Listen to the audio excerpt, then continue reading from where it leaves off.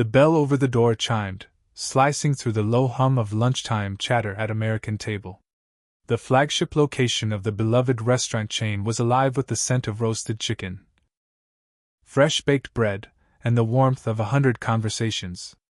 Sunlight poured through the big front windows, glinting off polished silverware and the row of blue-rimmed plates lined up along the counter.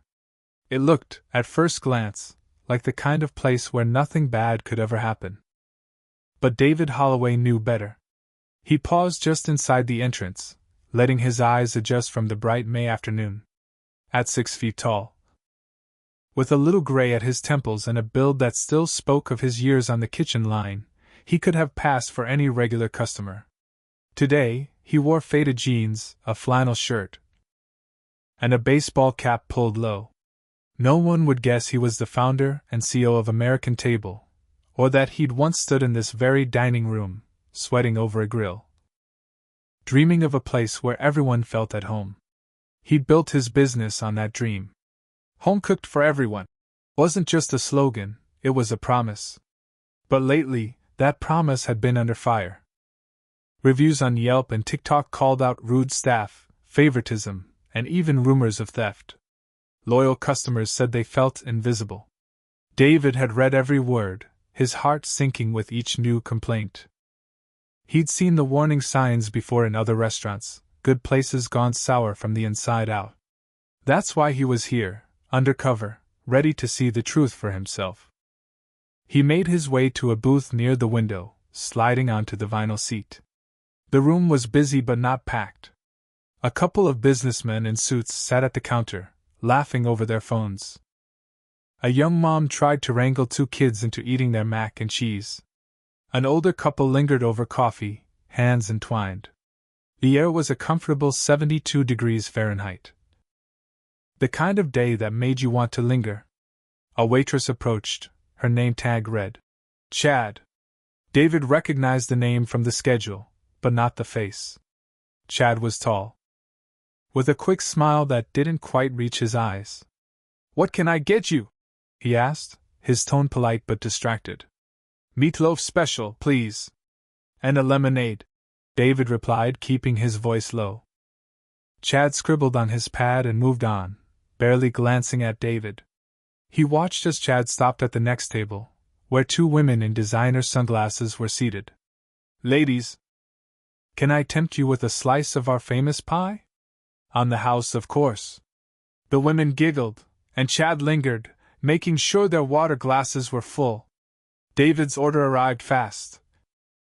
A little too fast. The mashed potatoes were lukewarm, the meatloaf a bit dry. He didn't complain. Instead, he watched the flow of the restaurant. He noticed how Chad hovered at the tables with well-dressed customers, offering extra bread and free refills, while the older couple at the back waited nearly 15 minutes for a coffee top-off. At the register, Riley, a cashier with a sharp jawline and a habit of twirling her hair, handled the lunch rush. David saw her ring up a young man in work boots, then void the transaction after he left, slipping a $10 bill into her apron. No one else seemed to notice. Riley caught Chad's eye and gave a subtle nod. They shared a quick, knowing look. David's heart pounded. He scribbled a note in the little spiral pad he'd brought. "Riley voids bill, pockets cash." At the next table, an elderly woman struggled to count out change for her meal. Chad leaned over, his voice just a little too loud. "Short again, ma'am?" "Don't worry, I'll take care of it." But David watched as Chad handed her a receipt for the full amount, then slipped the extra change into his own pocket as he walked away. Elias, the dishwasher, moved quietly through the dining room, clearing plates and refilling water glasses. David noticed how Elias paused to help a young woman with a crying baby, fetching her a fresh napkin and a to-go cup without being asked. Chad and Riley watched from the register, smirking. "He's too nice for his own good," Riley muttered. "Yeah," Chad replied. "Maybe if he spent less time playing hero and more time doing his job, we wouldn't have to cover for him." David's jaw tightened. He'd seen enough in the first 30 minutes to know something was wrong. But he needed more. He ordered a slice of pie and lingered over his lemonade, watching as Riley and Chad chatted in low voices, occasionally glancing at Elias. He caught snippets of their conversation. "We need to get rid of him," Riley whispered. "If anything goes missing, we blame the dishwasher. Who's gonna believe him over us?" Chad grinned. "Easy. He's already on thin ice. One more mistake, and he's gone." David felt a wave of anger, but he kept his face neutral. He watched as Elias quietly paid for a meal for a man in a worn jacket, slipping a $5 bill to the cashier and telling her, "It's for him, just don't say who." Riley rolled her eyes but took the money. David finished his meal and left a tip for Elias, then slipped out to the parking lot. He sat in his car, heart racing, and jotted down everything he'd seen. He knew he'd only scratched the surface, but the patterns were clear: favoritism, theft, and a quiet campaign to push out the one person who still seemed to care. As he drove home, David replayed the day in his mind.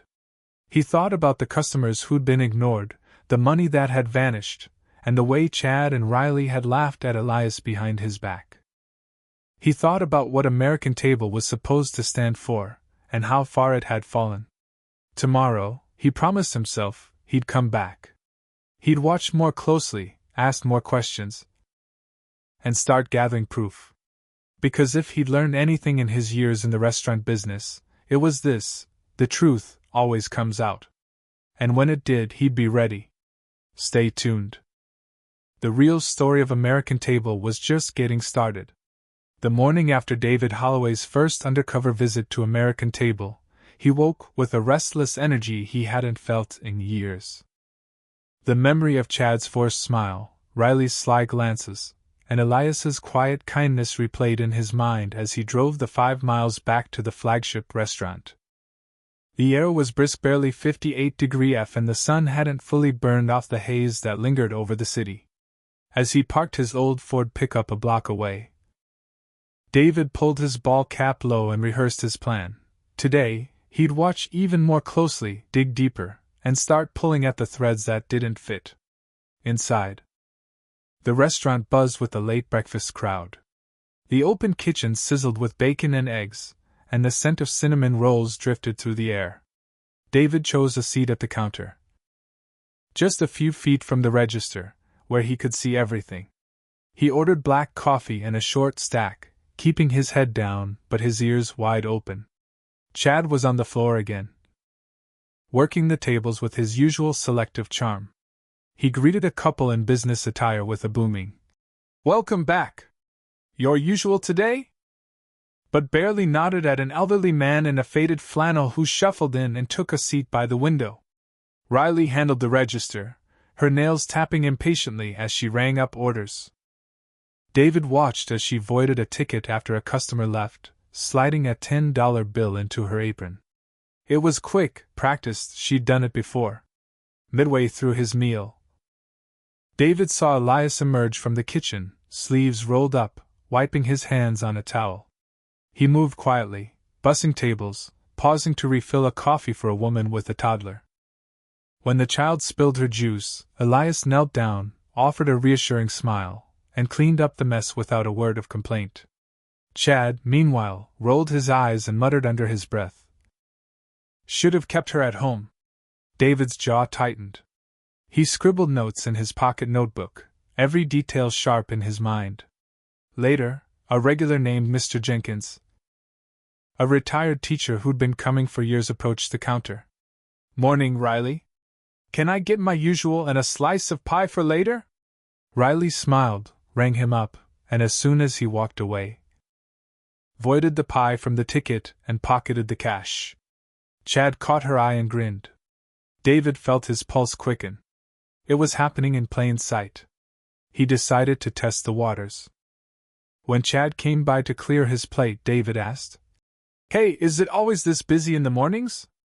Chad shrugged, glancing over his shoulder. "Depends. VIPs get priority, you know how it is. Gotta keep the regulars happy. The rest, well, they get what they get." David nodded, playing along. "Makes sense, I guess." As the lunch rush picked up, the favoritism became even clearer. Chad hovered around a group of young professionals, laughing at their jokes, offering free sides. Meanwhile, a young man in work boots waited nearly 15 minutes for his order. And when he finally got it, his fries were cold. He didn't complain, just ate in silence. In the back, David overheard Riley and Chad whispering. "Elias is too soft," Riley said. "He paid for that lady's meal again yesterday. If anything comes up short, we know who to blame." Chad smirked. "We'll make sure the boss hears about it. One more slip and he's out." David's stomach twisted. He'd seen this pattern before, good people pushed out so the real problems could hide in plain sight. After lunch, David slipped outside to call an old friend, Mark, who'd managed one of his other locations for years. "Ever hear anything weird from the flagship lately?" David asked. Mark hesitated. "Honestly? I've heard rumors. Some of the staff say money's been missing, and a couple of regulars mentioned feeling unwelcome. I thought maybe it was just growing pains." David thanked him and returned to the dining room, more determined than ever. That afternoon, a woman with a baby came in, looking tired and anxious. She ordered a cup of soup and a grilled cheese, counting out coins with shaking hands. When she realized she was short by $1, Elias quietly stepped in. "Don't worry, ma'am. I've got it," he said, slipping a bill from his own wallet to Riley. Riley rolled her eyes but took the money. Chad watched the whole thing, then caught up with Riley near the kitchen. "We'll pin the next shortage on him. He's always helping people. No one will question it." David's hands clenched around his coffee mug. He knew he had to act soon. Before leaving, David stopped by the kitchen and thanked Elias for the service. "Are you always this helpful?" he asked, his tone light. Elias shrugged, a little embarrassed. "Just trying to do my part. My mom always said, if you can help, you should." David smiled, feeling a surge of respect. "She raised you right." That night, David sat at his kitchen table, reviewing the day's notes. He'd seen favoritism, theft, and the beginnings of a setup. He was no longer just disappointed. He was angry. But he was also inspired by Elias's quiet integrity, and the way a few regulars still treated the place like home. He made a plan. Tomorrow, he'd start gathering hard evidence. He'd talk to more staff, ask the regulars subtle questions, and if he had to, set a trap to catch Chad and Riley in the act. He was done watching from the sidelines. American Table had lost its way, but David Holloway wasn't about to let it go without a fight. The next chapter would be about truth, justice, and the kind of leadership that didn't just talk about family. It lived it. Stay tuned. The real reckoning was just around the corner. David Holloway sat in his car outside American Table, the flagship restaurant he'd built from the ground up, watching the morning unfold through the windshield. The sky was a pale, cloudless blue, and the air hovered around 63 F, perfect for a day that was about to change everything. He'd spent 2 days undercover, blending in as just another customer, but now it was time to dig deeper. What he'd seen so far, favoritism, theft, and a campaign to push out the only truly decent employee, wasn't just disappointing. It was infuriating. He slipped his phone into his jacket pocket, set to record, and stepped inside. The place was already buzzing. Chad was at the register, flashing his practice grin at a group of regulars in business suits. Riley was behind the counter, chatting with a well-dressed couple, her laughter a little too loud to be real. Elias, as always, moved quietly between tables, picking up plates and refilling coffee. His eyes downcast, but his movements careful and kind. David took his usual spot at the counter, just 8 feet from the register. He ordered a coffee and an omelet, then settled in to watch. His plan today was simple: observe, collect evidence, and talk to as many people as possible. He needed more than just suspicion. He needed proof. The breakfast rush hit hard. Chad prioritized the VIP tables, offering free muffins and extra sides to anyone in a suit or with a gold credit card. A construction worker in a faded hoodie waited nearly 15 minutes for his eggs, and when he finally got them, they were cold. He didn't complain, just ate quietly.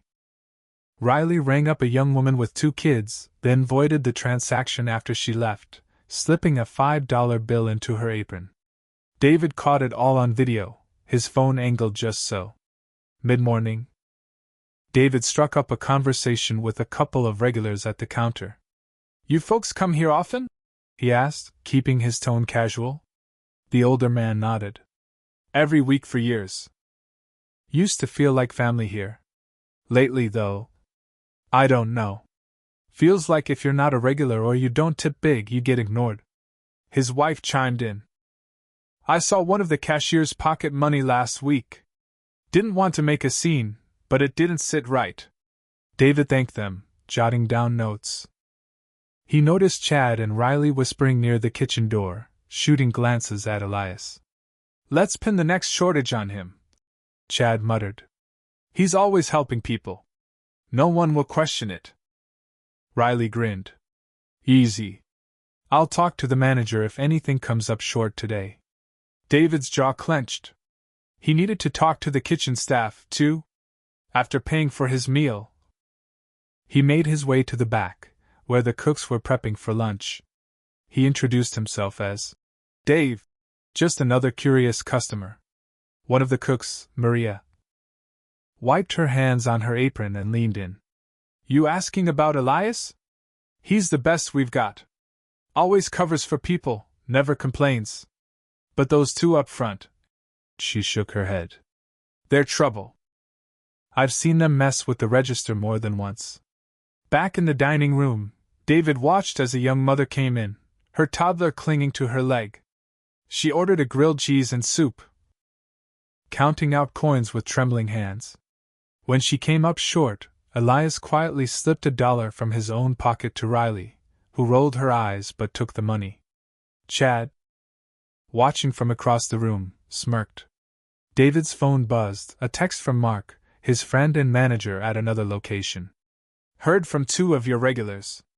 Said the flagship's changed. Staff seem cold, some say money's gone missing. Want me to come by?" David replied, "Not yet. Almost have what I need." As lunch wound down, David noticed Riley voiding another ticket. This time for a takeout order. She pocketed the cash, then winked at Chad. Elias, meanwhile, was helping an elderly man to his car, carrying his bag and making sure he had everything he needed. David decided it was time to talk to the manager. He found Tom, the floor manager, in the office, working on schedules. "Hey Tom, how's business?" David asked, keeping his tone light.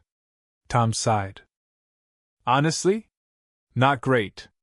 Complaints are up, tips are down, and I can't keep staff for more than a few weeks. I've heard rumors about money missing, but I can't prove anything. And every time I ask Chad or Riley, they say it's Elias's fault." David nodded, careful not to tip his hand. "Maybe you should check the cameras." Tom shrugged. "I would. But the system's been acting up.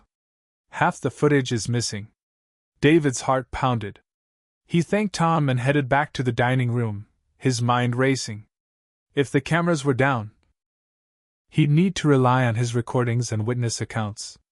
As the afternoon faded into evening, David watched one last drama unfold. A customer at the counter realized he'd been shortchanged. Chad apologized, blaming a register glitch, and handed over the missing $2, but David had seen him palm the cash earlier. The customer left, shaking his head.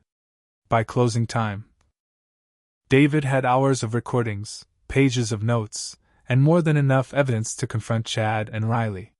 He slipped out into the cool night, the neon, American table, sign glowing behind him. He felt a mix of exhaustion and determination. He called Mark. "Tomorrow, I'm coming clean. I need you here at noon. We're going to fix this." That night, David sat at his kitchen table, reviewing every clip and note. He thought about Elias, the way he quietly paid for customers, the way he never asked for thanks. He thought about Maria in the kitchen, the regulars who just wanted to feel welcome, and the manager who was trying his best but couldn't see the rot right in front of him. David realized something had shifted inside him. He wasn't just angry anymore, he was inspired. He'd built American Table on the idea that everyone deserved respect, a good meal, and a place to belong. He wasn't going to let a couple of bad apples destroy that. Tomorrow, he'd reveal the truth. He'd stand up for Elias, for the staff who cared, and for every customer who'd ever felt invisible. The reckoning was coming, and American Table would never be the same. Stay tuned. The real story was about to break wide open. The dining room at American Table was humming with the usual lunch crowd. But beneath the clatter of plates and the low buzz of conversation, something electric was building. David Holloway stood just outside the kitchen, heart pounding, a folder of evidence tucked under his arm. The past week had been a crash course in disappointment and resolve. He'd seen the worst: favoritism, theft, and a quiet campaign to push out the one person who still cared. Now, it was time to bring the truth into the light. He called an all-staff meeting for 2 p.m., right after the lunch rush. The air outside was muggy, nearly 78 degrees Fahrenheit, but inside, the tension was sharper than ever. Chad and Riley arrived first, arms crossed, eyes darting with barely concealed annoyance. Maria from the kitchen wiped her hands on her apron, shooting a nervous glance at Elias, who hovered near the back, unsure if he should even be there. Tom, the floor manager, looked pale, clutching his clipboard like a shield. David waited until everyone was gathered, then stepped forward. His voice was steady, but every word carried the weight of what he'd seen. "I want to thank you all for coming in. Some of you know me as Dave, the regular at the counter. But my real name is David Holloway. I'm the founder and CEO of American Table." A hush fell over the room. Maria's eyes widened. Tom's jaw dropped. Chad's face went white, while Riley's mouth twisted into a nervous half-smile. David continued, "I came here undercover because I needed to see for myself what was happening. I wanted to know if the complaints I'd heard were true. What I found broke my heart." He laid the folder on the counter and opened it, spreading out receipts, handwritten notes, and a stack of printed screenshots. "I have evidence of money going missing from the register. I have recordings of staff discussing how to blame others for their own mistakes. I saw customers ignored, shortchanged, and treated like they didn't belong. And I saw one person, Elias, go out of his way to help, even when it meant taking money out of his own pocket." Chad tried to interrupt, his voice shaking. "This is out of context, Dash." David held up a hand. "I watched you void tickets and pocket the cash, Chad. I saw you shortchange customers and laugh about it. Riley, I saw you do the same. You both plotted to blame Elias for your own theft. I have it all on video." Riley's eyes flashed with anger, but she said nothing. David turned to Tom. "You tried, but you were overwhelmed. The system failed you too. But that ends today." He looked at Elias, who stood frozen, hands trembling. "Elias, you were the only one who lived up to what American Table is supposed to be.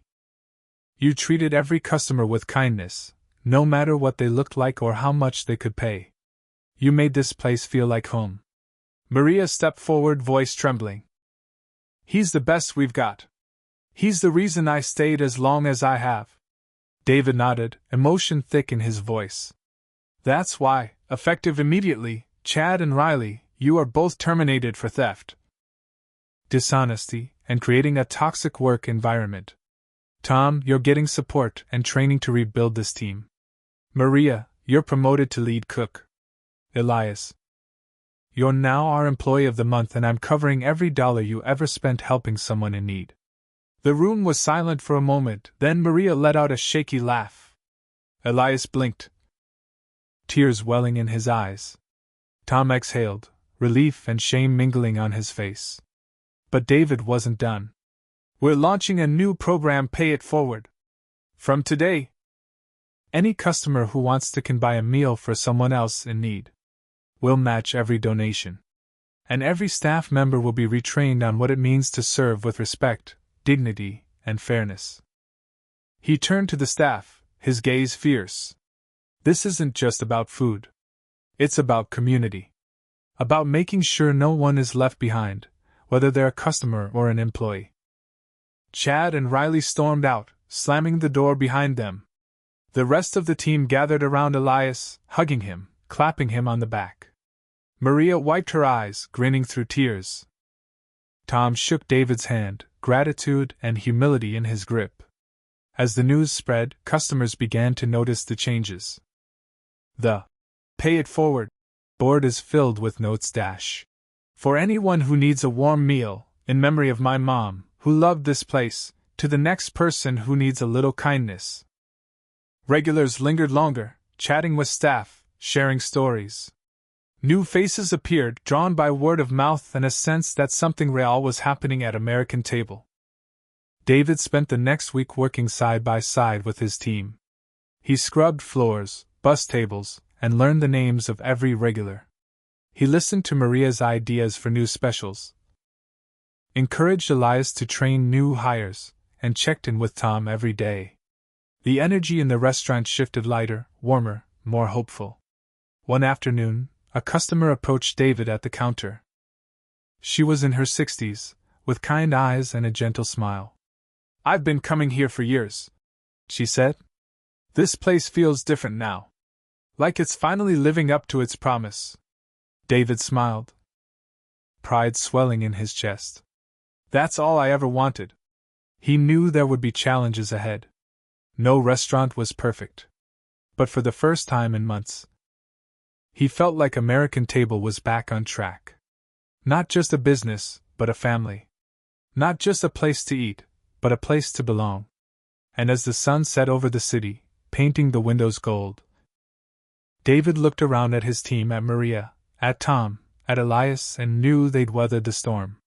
They'd faced the truth, made the hard choices, and come out stronger. The real meal at the American Table wasn't just what was on the plate. It was the trust, the respect, and the second chances served up every single day. Stay tuned. Because this was only the beginning of something truly special. The first Saturday after the shake-up at American Table dawned bright and clear. The kind of morning that made you want to roll down your windows and let the breeze in. David Holloway arrived early, parking his pickup just 20 feet from the front door.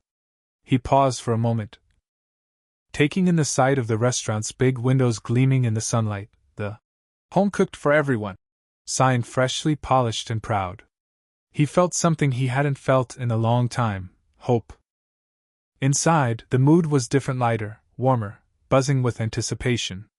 The air was a cozy 74 degrees Fahrenheit, filled with the aroma of cinnamon rolls and fresh coffee. Maria was already in the kitchen, humming as she prepped a new batch of her famous biscuits. Elias was setting up the dining room, carefully spacing out chairs and wiping down every table.